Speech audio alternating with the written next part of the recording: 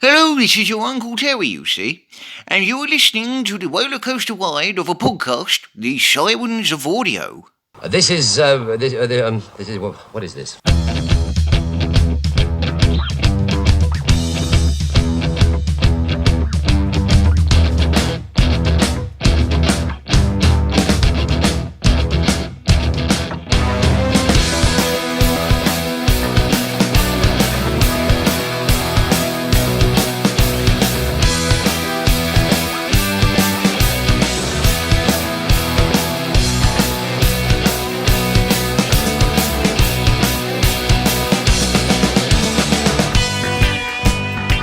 G'day audiophiles, this is the Sirens of Audio, the podcast that explores the universe of Doctor Who and the audio medium. My name is Dwayne.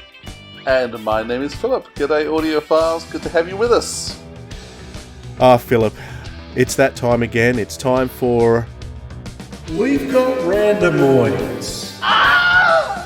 Randomoids 3. We're going to be talking about a couple of stories that the Big Finish randomoid selectortron picked out for us last time. We were talking about random stories, and we've got a couple of full stories for a change. Not short trips, not Torchwoods, not audiobooks. I made sure that it was a very random pick, and we got some full stories. So we're going to talk about those in a moment. So looking forward to doing that with you, Philip. But first, we got something else to do. You know what that is, don't you? Yeah. It's a rabbit hole. Here we go.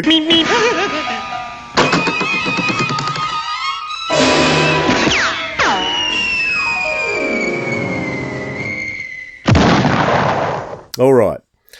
Now, at the time of recording, the high anticipation for everyone who is subscribing to Big Finish is the release of the 9th Doctor box set, which is called Ravagers, I believe. Yeah. Is it The Ravagers or just Ravagers? The 9th Doctor Adventures Ravagers. I've got it right in front of me there, Philip. So this podcast is going to be released after that comes out. So what I would like to do is I would like to do a review of those stories before they come out. How's that sound? Does that sound like a good challenge for you? We're going to review them now, see what they're like. We're going to review them right now and see if our review matches up with our expectations when the actual thing is released. Because it will be out by the time you see this. Let's do it. Ravagers, the 9th Doctor box set. There's 3 stories in that, all written by Nicholas Briggs. And who have we got? We've got a new companion, Camilla B. Put, a companion by the name of Nova. So first of all, what are your thoughts about placing this particular set into that period pre-Rose? Is that what we've done? You're certain about that? Positive. Okay. Yeah, well, it was a great idea then. Because I thought there are several places where they could have put it. They could have put it. There was 2 places at the end of Rose where the Doctor took off, and I think he took off in partway through Rose and again at the end of Rose, where all these things could have taken place. But they've done it before Rose. He also takes off as well, and leaves Rose behind when he drops to the Pale Estate, and he goes off for seeing the aliens of London. Aliens of London, yeah. So he could have popped away then for a while too. But do you think this worked, Philip? Oh, I thought it was a great idea. I'm waiting to see how they retcon it to bring him back to Rose, because certainly where Rose starts, it feels like things are just happening as a new generation. And so I'm sure that at some point in the future we're going to see some sort of retconning of the Doctor where he doesn't remember these situations. But we'll see what happens. But yeah, you want to have the freedom to know that you can expand the character and do lots of stories. Yeah. And when you don't have a sizable gap that's obvious, this is a way of doing it. But I'm still hoping his stories with Rose later on anyway. So when the 9th Doctor collected Nova from the future where the Planet of the Apes were, I wasn't quite sure that would work. But there was no sign of Charlton Heston. He was nowhere to be seen. But I was very pleased with Nova because she was always pleasant on the eye anyway. Now she's pleasant on the ear. So very happy with Nova as a companion. Let's have a look at the stories Sphere of Freedom. Okay, so the blurb was on the Sphere of Freedom. The Doctor is about to shut down an evil immersive games business empire. He's assisted by a valiant galley chief called Nova, who was actually from Planet of the Apes, but she became a galley chief after that. But his plan spectacularly fails. And who exactly is Audrey? Is it something to do with Ace? For those, we don't want to spoil it, but that is a question that was on my mind beforehand, and the answer will surprise you. Who is Audrey? I was expecting Audrey to be the killer plant from the Little Shop of Horrors, because that's Audrey as well. So I thought I was expecting that plant to be around in the future, eating people up. But no, it wasn't that either. I tell you, Nick Briggs, with the first episode, Nick Briggs has outdone himself. Oh, that's for sure. Himself. And Chris Eccleston's playing a gritty, the gritty Doctor who, righteous outrage. Yeah, superb performances there. Yeah, still hasn't gotten used to his big ears. But anyway, we move on to the second episode, Cataclysm. Nova is dislocated in time while the time eddies are out of control. Meanwhile, the Doctor is about to face the end of the universe again. Or is that just the Battle of Waterloo? So this is a typical new series style where they've gone back in history. Battle of Waterloo, fantastic stuff. Just as the BBC can do historicals well, Big Finish always does historicals well as well. And the Ninth Doctor, wasn't too sure how it'd fit in Waterloo with a leather jacket, but it worked very well. What was your thoughts on that one? Well, yeah, I just thought the Doctor, looking like a seaman anyway, it fitted in perfectly well with what was going on. Once again, we've had the future story, not the past story. I'm guessing we're going to go present next, because that was the format that Russell always followed with his seasons. Well, the next story was called Food Fight. The TARDIS is starting to get a little crowded. Audrey finds herself haunted by a ghostly Doctor. And it was very surprising to see Tom Baker turn up there in the TARDIS as that ghostly Doctor. So that was something that it was a great surprise to see the Ninth and the Fourth Doctors together. We always want it. We always want these multi-Doctor stories. And to top it off, we get Sylvester McCoy as well, right at the very end. So as a repeat for the end of the beginning, we get that happening again. So it was great to revisit that scenario, but get a 3 Doctors atmosphere as well. Lovely stuff. Yeah, but there's nothing like a planet that just, is constantly, making lots of noise and lots of storms and just, those beautiful colours. So you just feel the colours coming through the audio just so perfectly. Yeah. And I did not expect when I saw Food Fight that they would actually be throwing chopped up Varga plants at each other. But I was very, very impressed that that's what it was. Fortunately, no one swallowed any. No, it would have been painful getting those spikes stuck down your throat, that's for sure. Okay. Well, there you go, Philip. That's our review for the Ninth Doctor Adventures, Ravagers. And we'll see if our review comes even close to what the end product is when it's released, because at the time of recording it's going to be released next week. But I believe we have hit the nail on the head with our review, Philip. Yep. I'll give this a 9.5 out of 10 anyway. Yeah, well, definitely. If not a 10. Exactly. And all right, next time we should be reviewing The Crown Season 6, maybe. Absolutely. That's a couple of years before that comes out, so let's have a go at that one. Yeah, we want to see the Harry and Meghan divorce. So that's going to be a good one. All right, so let's get out of the rabbit hole, and we are going to be talking about Randomoids 3: The Return of the Selectortron. We've got randomoids.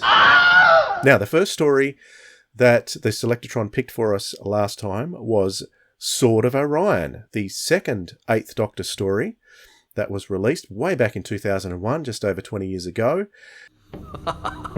This is better than I'd hoped for. Can't see any damage. I bet the weapon systems are in perfect condition. Those squaddies in the ride will give anything for high-class equipment. We are gonna make a killing.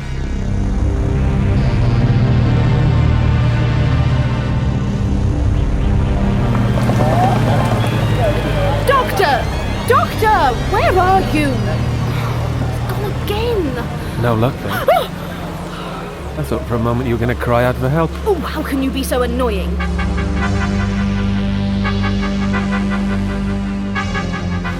Anyone hear that? Negative. What have you got, Kelsey? Something that sounds not nice. What's that? What? Stay where you are, Doctor. You saw something? Yes. Yes, something moving on the deck. Over there. Doctor? It's gone now.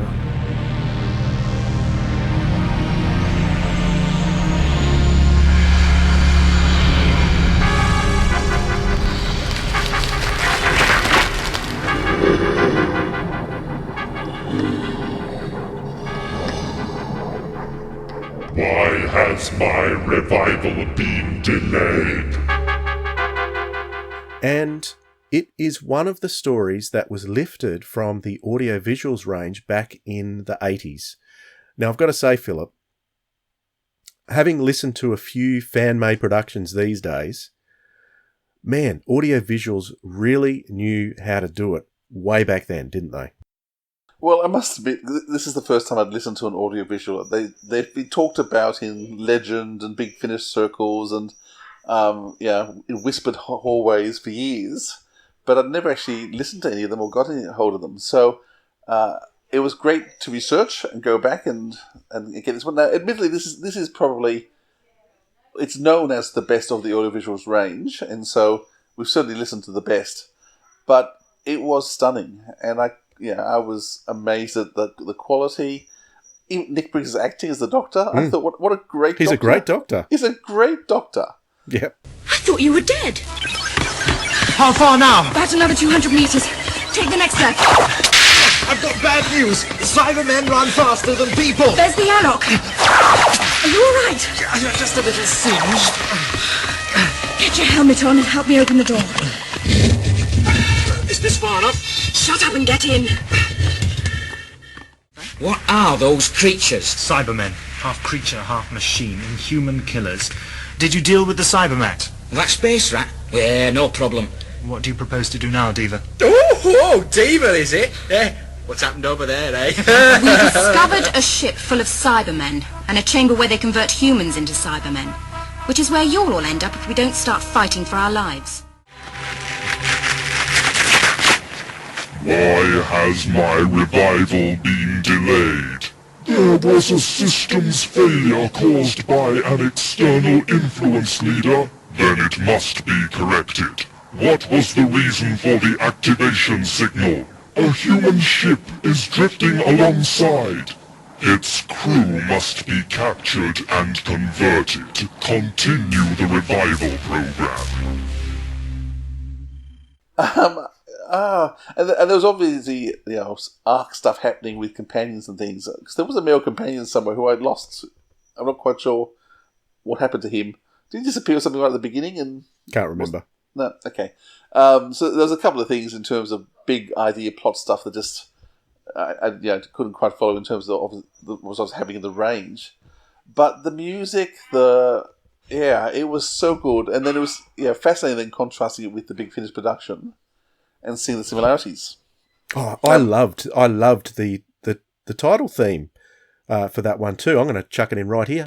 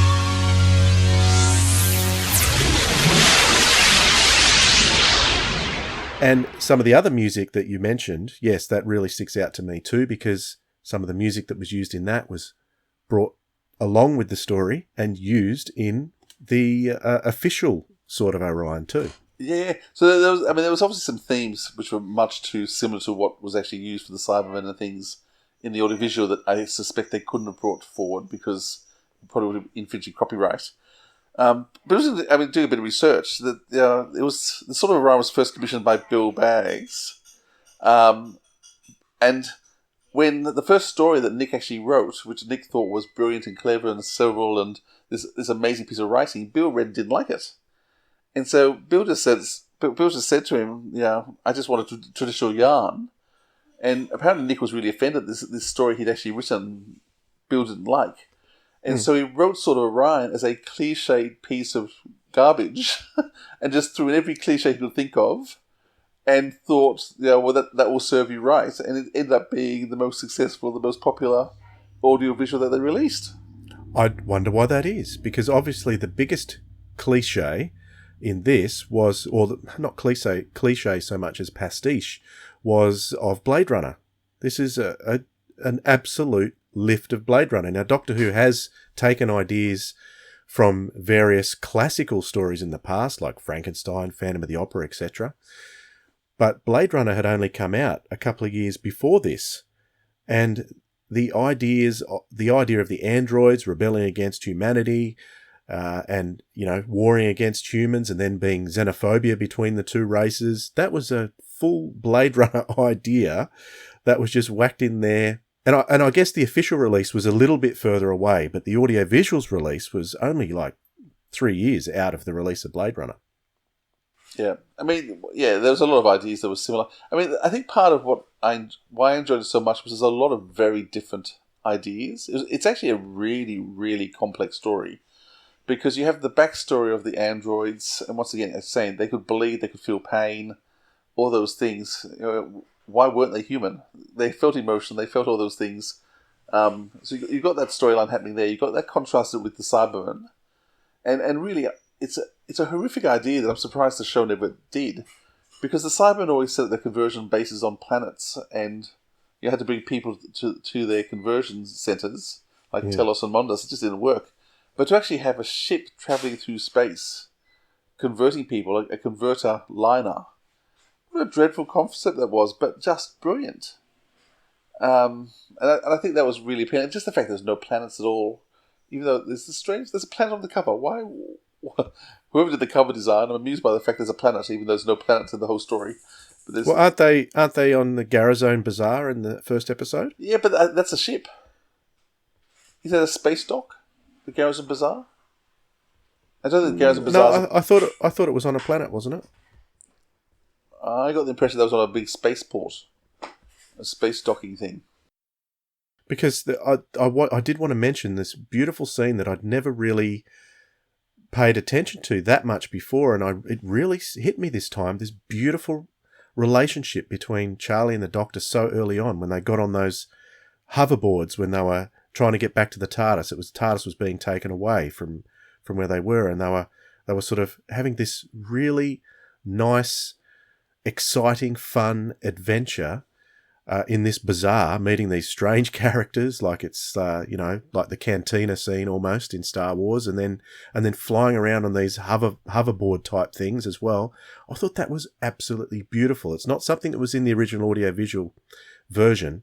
It was placed in there, and that was my favourite thing about Sword of Orion. It was the relationship that was developing between Charlie and the Doctor. It was really, really nice. Right from that early stage. This is their second adventure, isn't it? This is number 2, number 3. Yeah. It feels like they've obviously already had other adventures between Storm Warning and here, because the relationship they have is just so good. And I think I've raved before. I don't think there's a much better pairing of companions than Paul McGann and Indy Fisher. I think Charlie and the Doctor just work so well. They both love life. They love each other. They love exploring. Everything about the two of them is just beautiful and enjoyable and fun. And so even though they get all sorts of scrapes along the way, and this is a pretty bleak story for a second one, and they're close to death and there's huge danger there.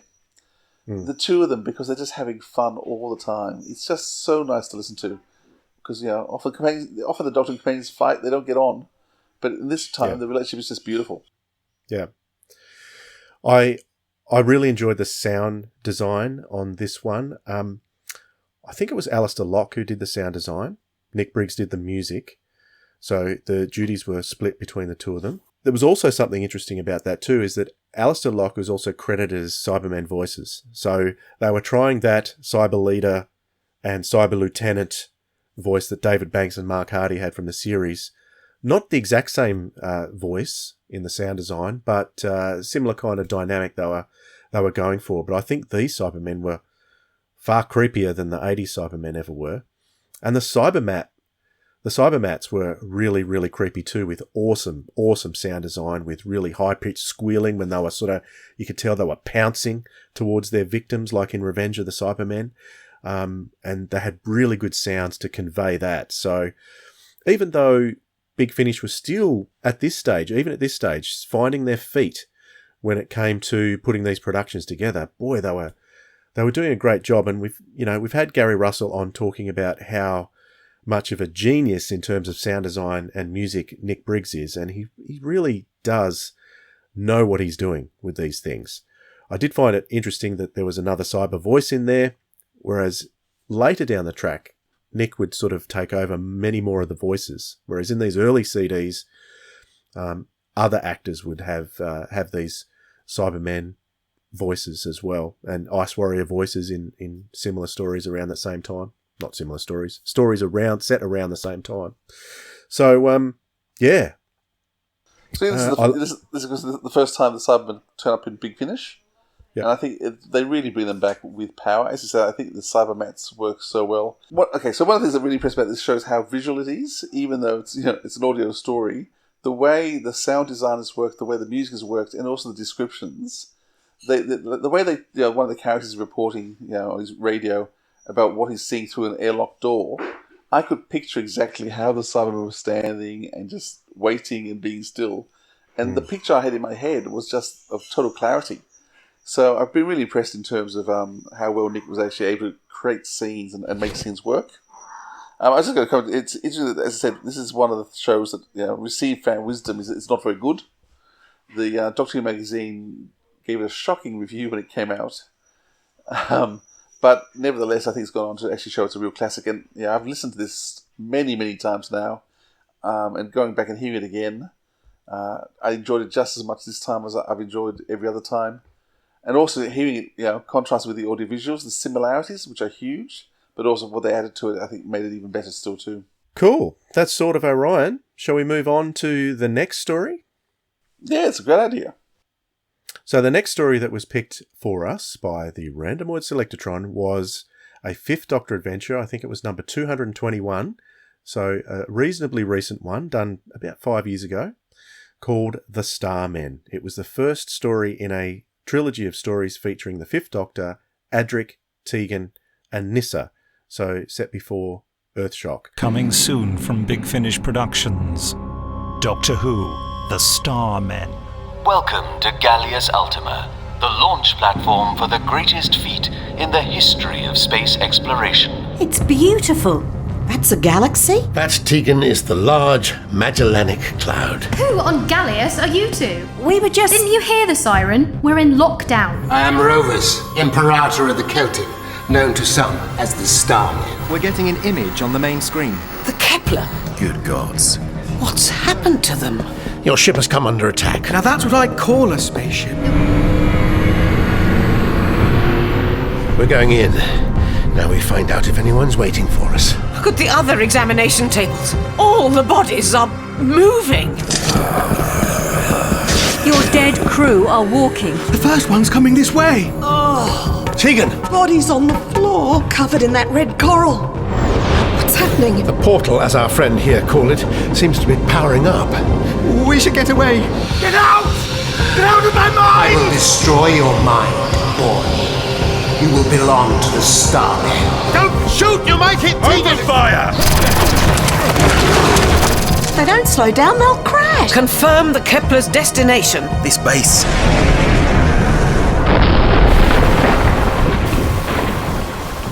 Big Finish. We love stories. And this was the first time Matthew Waterhouse had appeared as Adric outside of that special box set, Fifth Doctor box set that was released called Psychodrome and Iterations of I. And I felt that in that box set that Matthew was struggling to find Adric's voice. Whereas in this, this is where Matthew Waterhouse has found Adric again. I think he's perfect in this, and I enjoyed his performance of Adric throughout this whole set. That's the first thing I'll say about it.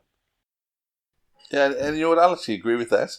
My memories of Adric and Matthew Waterhouse was that he struggled to find the voice, and maybe for the first 5 minutes or so I was slightly uncomfortable, but I soon actually got very used to the voice. I mean, obviously his voice as an actor, as a man, has dropped a lot since he was 20 or so, and so he's actually having to raise the pitch. But he was doing it far more naturally. And I think the thing that got me was the opening scene with just the Doctor and the three of them in the crowded TARDIS. But they were actually having a good time, and they were really playing off each other really well. I think they toned Tegan's character down so she wasn't quite so narky. This is always lovely to everyone, but I think they just played off each other really well. So I think the main four cast throughout the whole story I was really impressed by. Yeah. And written by Andrew Smith, so this is the guy who wrote Adric's first story. Do you know if he had much to do with the creation of the character of Adric? The character of Adric is owned by the BBC, so as John Nathan Turner would have written up all the instructions in terms of what he was like. But of course Andrew Smith was the first one to actually write and put him in the story, in the context. So even though the character was created by someone else, Andrew Smith really did design him first. But I mean, Andrew himself was he was 18 when he wrote Full Circle. So I'm guessing that I suspect there was bits of himself that he probably put in terms of inside Adric. So directed by Barnaby Edwards, who's always reliable in terms of actually Barnaby's great strength is getting great casts, and then Steve Foxton did both design and music for this one. Mm-hmm. So the story is pretty epic. It's an epic scale. So it's like a broad galaxy picture that's painted. They go to an observatory to go and check some stuff out, and then they find that this ship has been missing for a while. So they're trying to work out what's going on. Some weird coral starts appearing on the crew of the ship when it comes back from this area. What's it called? I read it differently to how it actually sounded in the story. I think it was called the... Is it Magnelian Cloud? Something like that? No? It's a Magellanic Cloud. Oh, yeah. Massive cloud. So it's like a big rip into a different dimension is in the middle of this cloud. So it's a really vast, very big sci-fi sort of story. So whereas Sword of Orion, which we were just talking about, is still set in space but more horror based, this was much more sci-fi, and the concepts. I found myself thinking that Andrew Smith was in a way channeling Mark Platt in some of his strange, weird, alien otherworldliness that he comes up with sometimes in this one. But I enjoyed and of course he had to come up with ways to split the TARDIS crew up. So the Doctor and Tegan went off into the cloud, and the other members of the TARDIS crew stayed back and had different adventures in different places.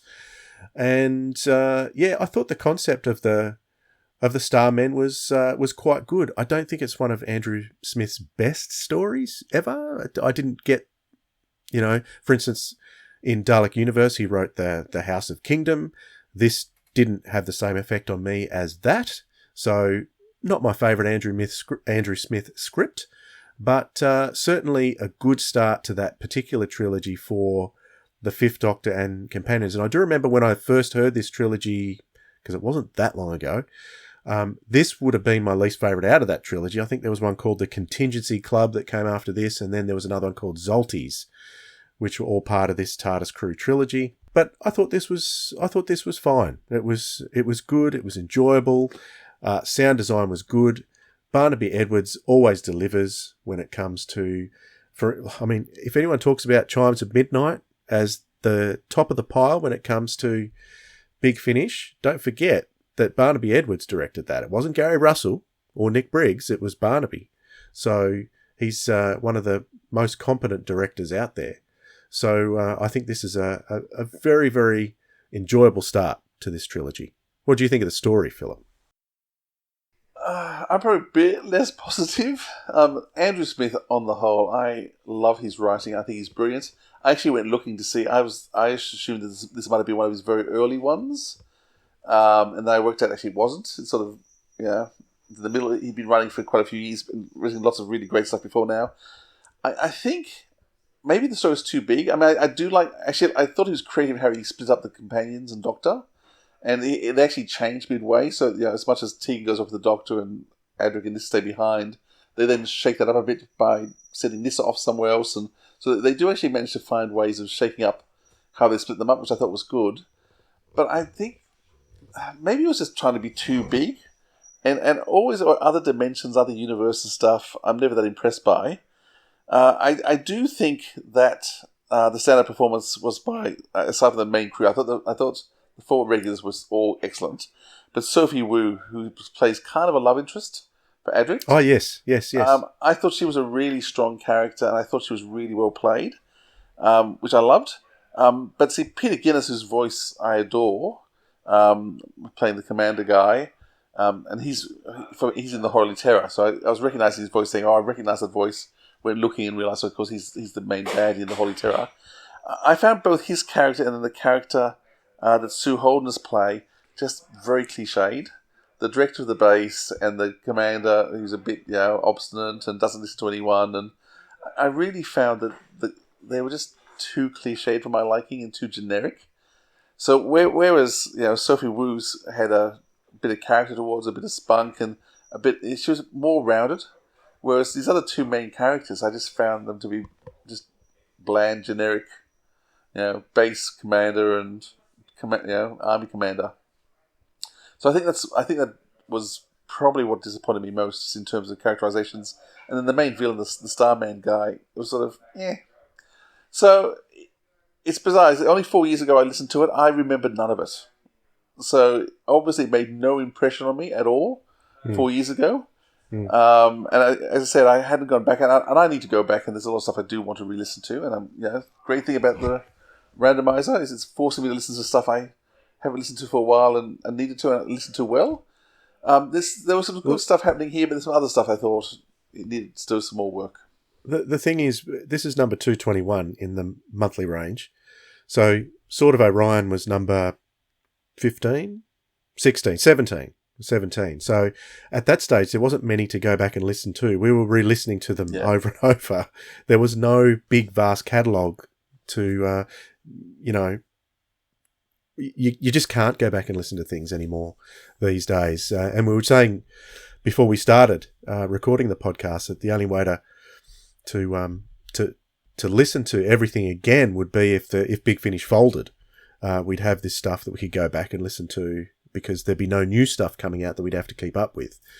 So we'd still have to live a long time, I'm thinking, into old age to be able to go back through everything again. Oh, absolutely. And there's still even a lot of stuff that I've got that I just haven't heard yet.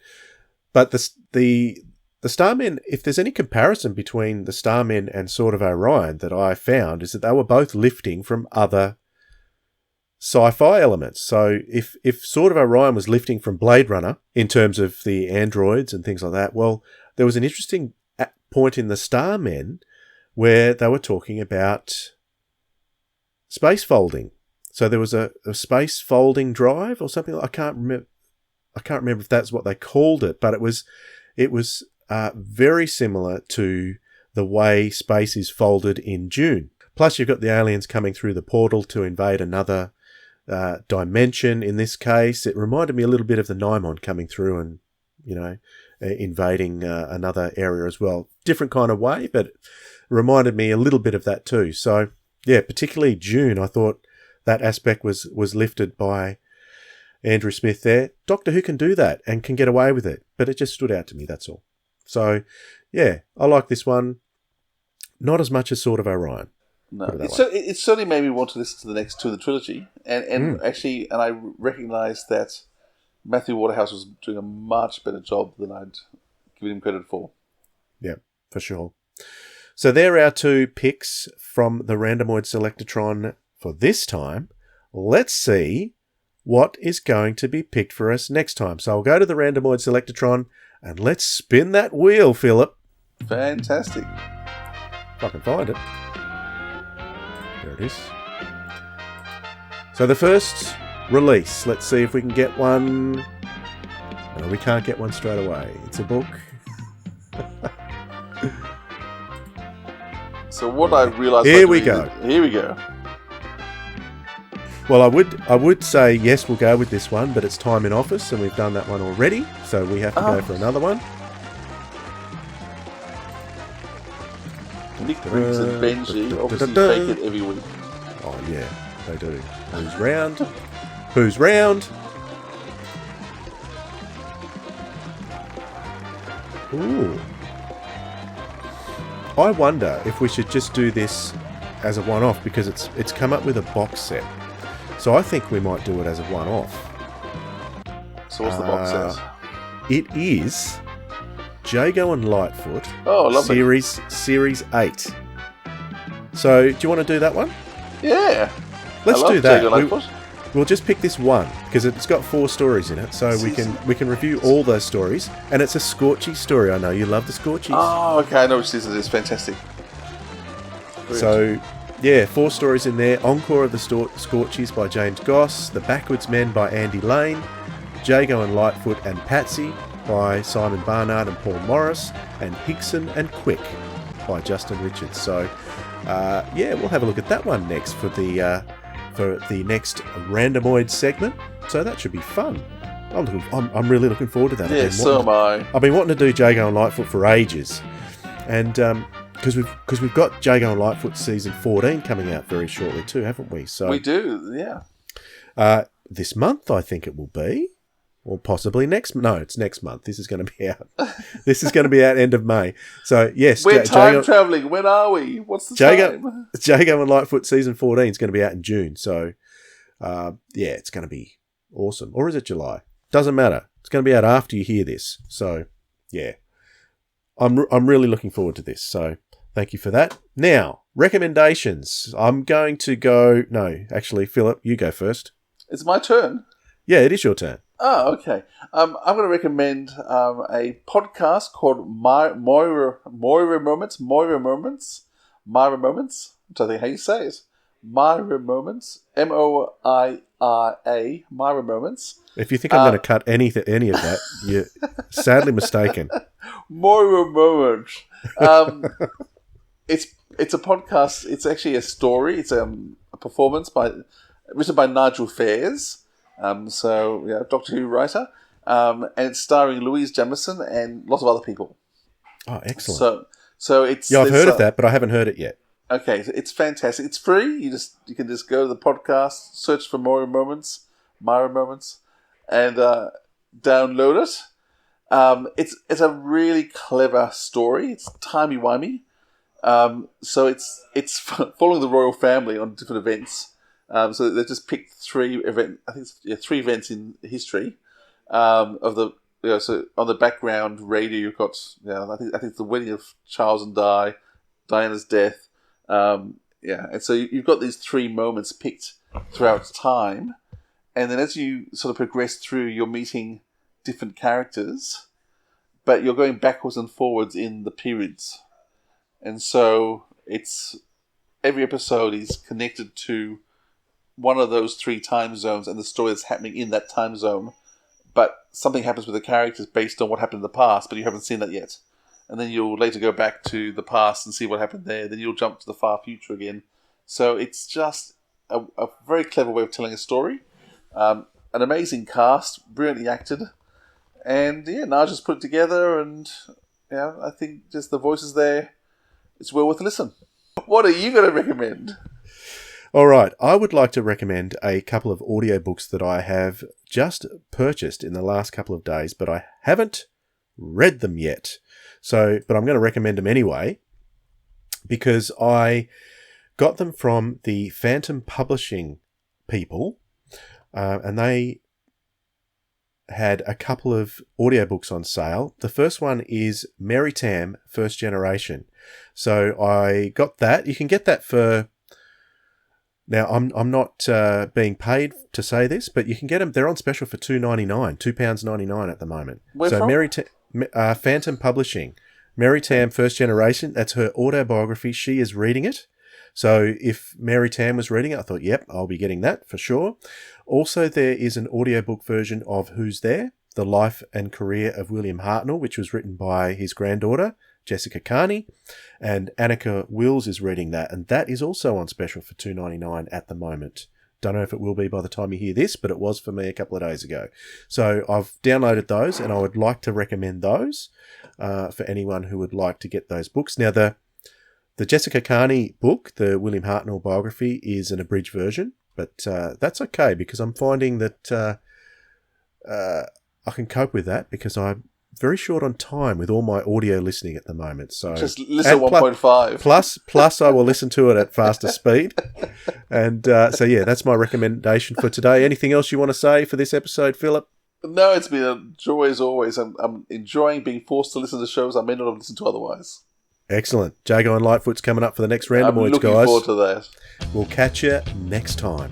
You have been listening to the Sirens of Audio Episode 59, Randomoids 3, The Return of the Selectortron with your hosts Philip Edney and Dwayne Bunny. Next time on the show, Sadie Miller joins us to talk about reprising Sarah Jane Smith on audio, the role her mum, Elizabeth Sladen, made famous. Theme music by the Jackpot Golden Boys. Email us at sirensofaudio@gmail.com. Check out sirensofaudio.com for links to all our podcast and social media locations. Please remember to subscribe to our YouTube channel and share us around with as many as you like. And if you can provide us with a randomoid selectortron that doesn't have a fetish for choosing obscure episodes of Toby Hadoke's Who's Round, please send it to the email address already supplied. Otherwise, keep surprising your good self by sticking your little digits in that audio drama lucky dip. Because audio drama is so cool.